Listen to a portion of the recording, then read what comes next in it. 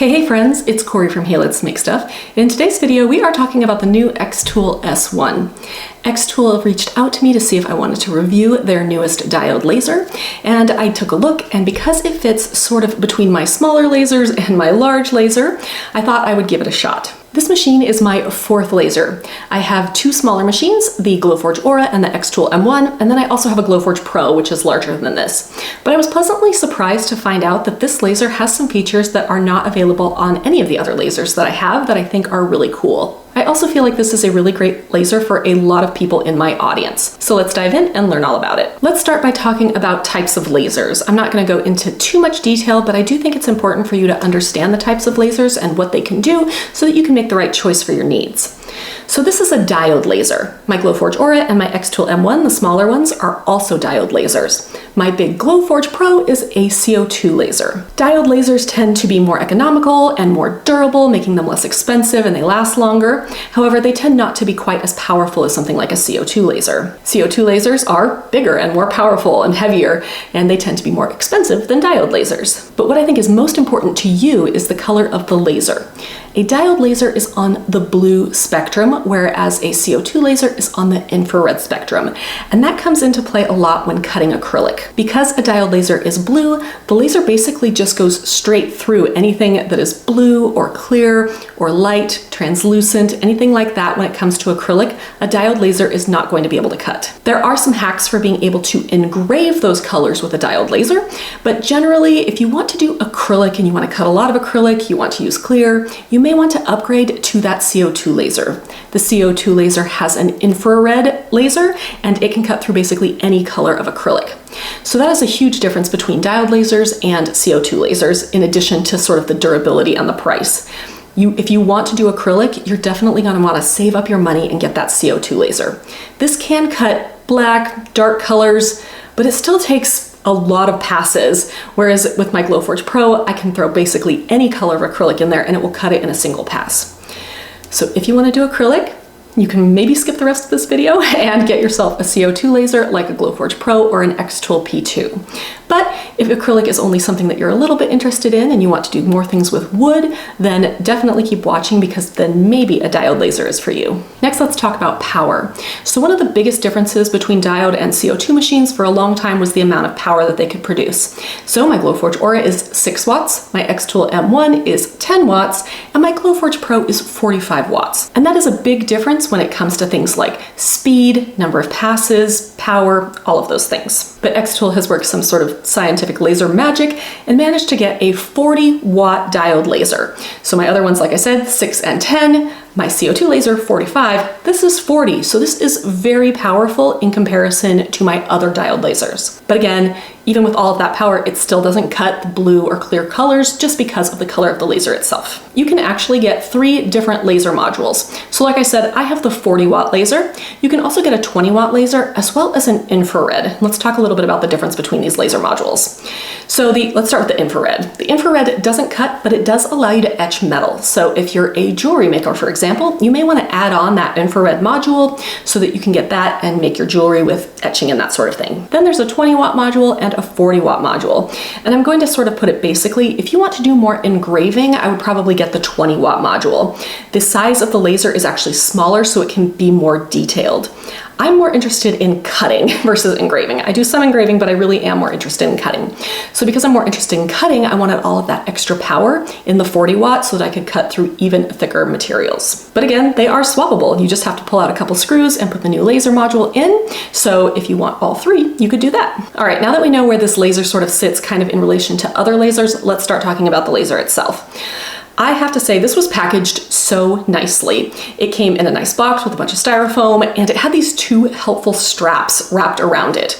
Now, I was able to get it out of the box by basically pulling on those 2 straps, leaning that whole thing against my body, and putting it up. It was very heavy. I think the machine itself weighs 44 pounds. That doesn't count all the packaging, but I was able to get it onto my table, which I was really excited about. Once I unboxed it, it is still pretty large. It's 30 inches by 22 inches by about 7 inches high. If you have long arms, you'll probably be able to move it yourself. I do not have long arms, so my husband and I were able to move it up here to this table.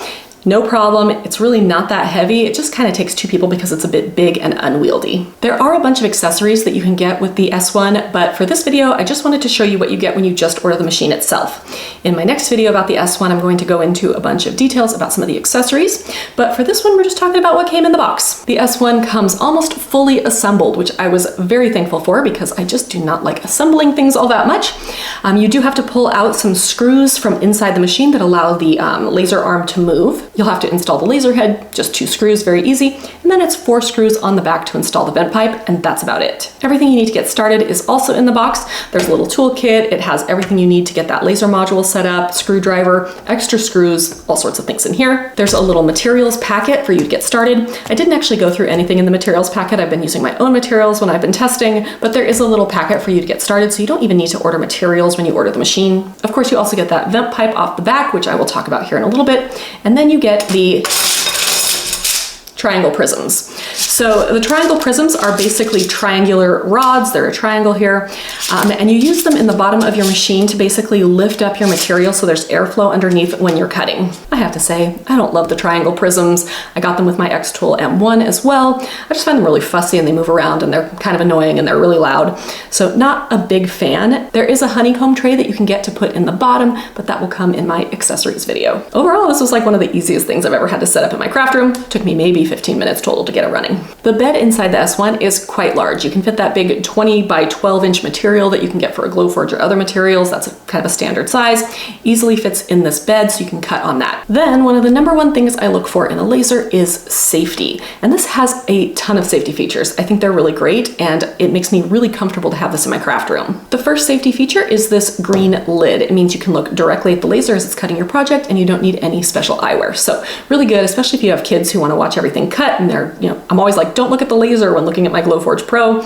I really prefer having a tinted lid. I think it's just a lot safer for everybody's eyes. Another feature that's really good if you have kids is that you need a USB key to operate this. So I'm going to pull it out of the back of the machine here. And as I pull it out, it beeps, and basically it will not run now without this little USB.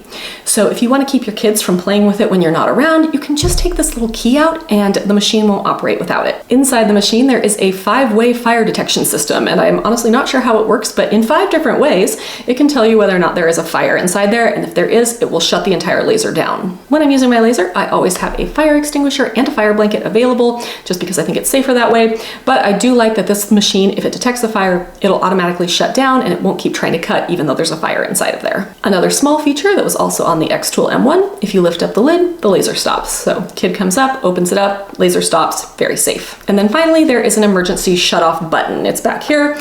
I don't love where this is placed, I have to say, because if something's wrong with the laser and I need to shut it off, I don't really want to have to lean across the entire burning laser or whatever's happening to hit this shut off button. I do wish it was a little closer. I have, however, even just sitting here, hit it several times, so it works really well. It just shuts the whole machine down. But I do wish it was just a little bit more accessible so that if there is a problem, I don't have to like lean over the laser to use it. Next up, let's talk software. So there are 2 options. The first option is to use Lightburn. I'm not at all familiar with Lightburn, so I cannot answer your questions about that, but I know that a lot of people use it with other types of lasers that don't have their own software. It's very expansive and it can do a lot. Your other option is to use the xTool Creative Space. And I actually think this is a pretty robust program for laser cutting. I feel like the Glowforge software leaves a lot to be desired, but I can do a lot in the xTool software and I find it really pretty user-friendly. Connecting my software to the S1 was super easy. The machine does come with a USB cord. If you have something like my Mac, you may need an adapter to take it to USB-C, but basically you plug it in for the first time, you get everything connected, then you can add your Wi-Fi, and I had absolutely no problem setting that up. Next, let's go back to the vent. So venting is very important for whatever laser you have. There's always a pipe off the back and it's going to basically spew out fumes and smoke and other blech that you don't want in your craft space, so you do need to be able to vent it. There are 2 ways you can do this. You can actually just run that pipe out a window and let it vent out the window. If I do that for my Glowforge Pro and I actually just sort of shove a blanket, in the window so stuff can't come back in. You can also use a filter. So I have the xTool air filter. I got it with my M1 and I'm going to go ahead and use it with this machine as well. When you go to unbox your machine, just know that you're going to need to have it by a window or a door to vent it outside, or you're going to need to buy something like the personal air filter. Next up, let's talk about some of those features that aren't on my other lasers that the xTool S1 has. First up is their marking system. I'm not really even sure what to call it, but in most other lasers, there's a camera in the lid of the machine. It's in every other laser I have in this craft room, but there is no camera in this machine. The camera is designed to basically take a picture of the material in the bed of the machine. And to get that entire material, you need a fisheye lens. So basically the lens is up in the lid, you close the lid and it takes a picture. But because it's a fisheye lens, you end up getting warping, especially at the corners and edges of your material, just from the nature of it being a fisheye lens. Which means when you go back to the software to put your image where you want to cut it, sometimes it's not particularly accurate. But xTool has this marking system, which is actually done manually. So there is a little bit more work on your part, but I think it is so much more accurate than the camera system. It did take me a few tries to kind of get used to what I was doing, just because it was a new process and I was so used to using a camera, but overall I'm really happy with how this works. So I'm going to quickly share how it works, and then when we make our project at the end of this video, you'll see it in action. In xTool Creative Space, you'll click the button to start your marking, and then you'll actually walk over to your machine, open up the lid, and put your material in the machine. From there, you're going to actually physically take the laser head and move it over to the corner of your material or where you want to cut. And then you're going to press the button on the front part of the machine. That's going to give you your first point.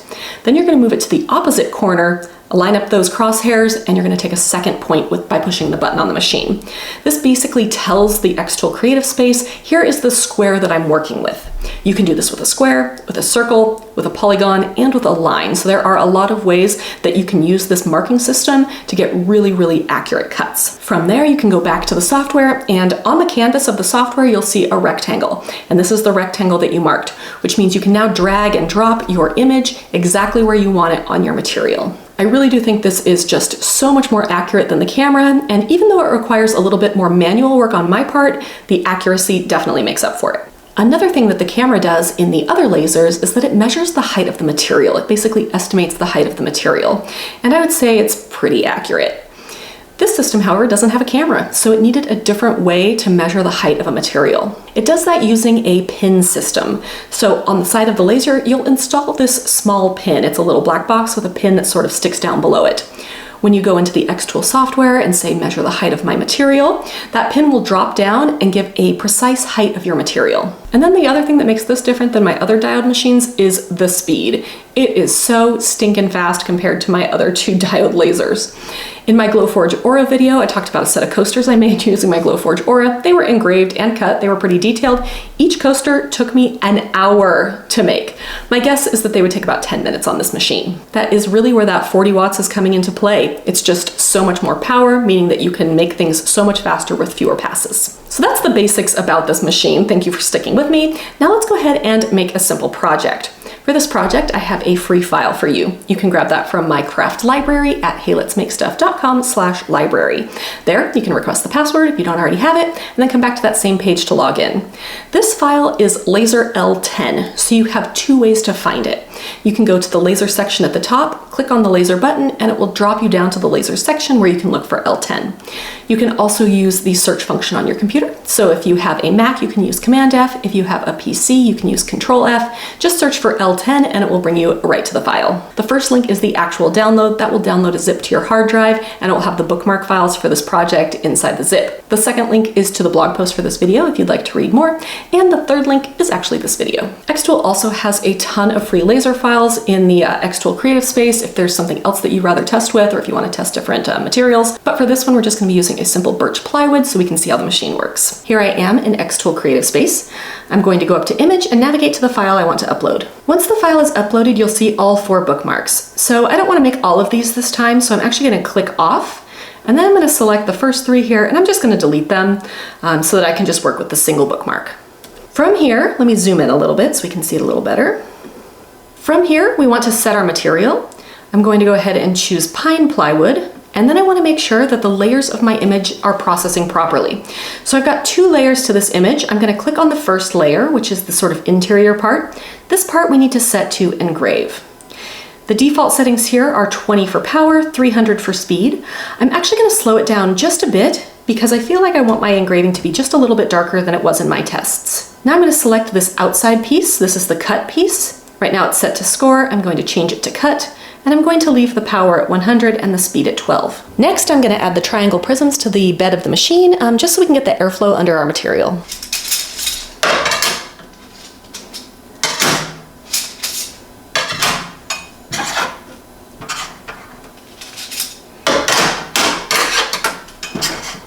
You can see how the triangle prisms like to move around. That's one of the things I really don't like about them. Then I'll put my material on top of the prisms. Then I'm going to move the laser module over the material so we can measure the height. Then in Creative Space, I'm going to go over here to the Auto Measure Targeting button so that it can measure the amount of space between the laser head and my material.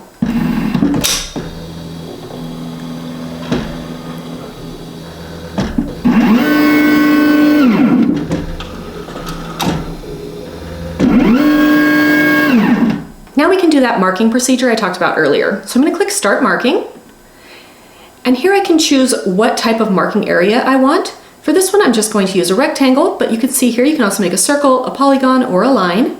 And choose rectangle, Start Marking. Then I'm manually going to move that laser module over the corner of my material and hit the button on the front of the machine to mark my corners.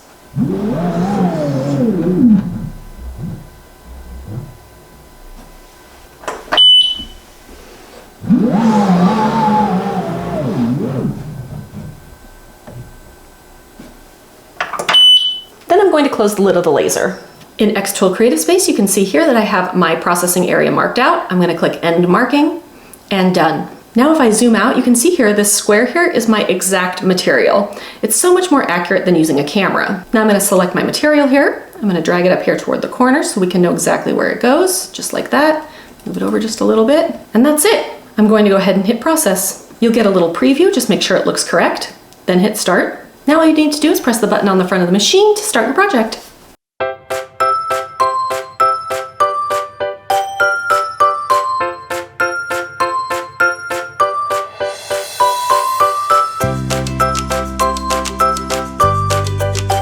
All right, I added a little tassel and I have my bookmark. This took just under 10 minutes to cut and engrave. Honestly, this would have taken at least an hour probably with my Glowforge Aura or my xTool M1, so it is significantly faster. At the top and the bottom, I do have an ever so slight amount of charring. Honestly, it's really not that bad. I cleaned it up a little bit with a baby wipe, but it really isn't bad. I am working on a video to talk all about laser masking. That's not something I'm gonna go into on this video. I did not mask this particular piece of material, but I will be going into that in a future video. So if you're interested in laser masking to help get rid of some of this charring that you might see on your projects, go ahead and watch that video. So that was a quick tutorial on how to use the xTool S1. Of course, there is so much more you can do with this machine, and I will be going into some of that in upcoming videos. Let's talk about the pros and cons for the xTool S1. There are a lot of pros in my opinion. To start off, it has a ton of safety features. I'm really happy with the fire detection system and the fact that it just turns off if you open the lid or if you don't have the key. Those things make me feel much better about having it in my house. Second, it was so easy to set up. It might look a little bit intimidating for beginners, but honestly, 15 minutes and I had it up and running. It is a lot easier than some of the other things I've had to set up, especially that Glowforge Pro. That was quite the thing to set up, but this really easy. So if you're a little intimidated about getting started, don't let this one intimidate you. I also like that it is smaller and lighter and quieter than my CO2 laser, but I can cut basically the same size stuff, which is awesome. Yes, it can't cut quite the same amount of stuff, but I can cut really large projects on this, and it is not nearly as loud, and it's not that heavy, so I can move it around if I need to. I also like that it has those swappable laser modules, so if you want to maybe get that 20 watt and the 40 watt or the infrared laser, you don't need a whole laser box to put it in. You can just swap out that laser module and have basically a second laser. And of course, I love the speed. It is so much faster than my other diode lasers. So if you have experience with something like an xTool M1 or a Glowforge Aura and you want something that's faster, but not quite as expensive as the CO2, this is definitely an option for you. I also really like the features that they have in here that I talked about earlier, having to do with that sort of image marking as well as measuring the height. I feel like it is just way more accurate than a camera. It does require me to move between the machine and my computer a little bit more, so if you have mobility issues, that might be something to consider. But overall, I really, really love the accuracy, and it will allow me to make more projects without having to worry about whether or not my image is perfectly centered or if it's off the edge, those sorts of things. Definitely really like those features. And then finally, they have a lot of really cool accessories, none of which I have touched on in this video, but I will be going into the accessories I have in an upcoming video that make this machine just even more usable with a variety of types of projects. There are a handful of cons. The biggest con is a con with all diode lasers and that it can't cut that blue or clear or other light colored acrylic. If If you want to cut acrylic, get yourself a CO2 laser. I also do not love that this emergency button is way back here. I just feel like it's a lot to reach back here. If there is something going on there, I don't want to reach over it. And then third, I really don't like those triangle prisms. Honestly, having to use them again as I've been playing around with this machine, I'm like, oh yes, I remember, I don't really like these things. There is that honeycomb bed, which is one of the accessories that I'm going to go into, and I highly recommend getting that because honestly, the triangle prisms are just really annoying to work with. They're loud, they skitter everywhere. But other than that, I really, really like this machine. Now let's talk price. You can get the 20-watt version of this machine for only $16.99. That's just $600 more than the xTool M1, and you are getting so much more in this machine that if you can save up to get a little bit more, I would definitely recommend this one over the M1. The 40-watt version is $21.99, so it is a bit of a jump in price. But if you're more interested in cutting those sort of organic materials, woods, leather, and that sort of thing, and you're not quite as interested in the engraving aspects of the 20-watt, then the 40-watt is available at that $21.99 price. Then you can also add on that infrared laser module for just $5.99. Yes, that is another cost, but if you want to do something like jewelry, you can totally do that with the engraving capabilities of that infrared module. So overall, do I recommend the xTool S1? Yes, I do. I think it is a really great machine, and if you can't afford it, I would consider getting this one instead of something like the xTool M1 or the Glowforge Aura, only because this is just so much more capable. It's faster, you can make bigger projects, it has more capabilities. Yes, it is more expensive, but if you have the ability to save up for a little bit longer, I do think you'll be happier with this machine just because it is faster and you can make more with it. Then there's between this and a CO2 laser. Honestly, CO2s are my favorite because I really like to cut acrylic. However, they are thousands of dollars more expensive. So if you're not interested in cutting acrylic, then you can set that CO2 to the side and get something that's more like this for a much lower price point. Overall, I think this is a really great laser for my particular audience. I have a lot of people that are a little apprehensive about getting into something like laser cutting, but this really doesn't have that big of a learning curve. I feel like the learning curve on my CO2 laser was much higher, but this functions more like a Glowforge Aura or an xTool M1. If you have any questions about the xTool S1 or any of the other laser cutters I've talked about in this video, please leave those down in the comments. If you found today's video helpful or inspiring, I would love a like on this video. Follow my channel for more laser, Cricut, and sublimation content. I'll see you next time.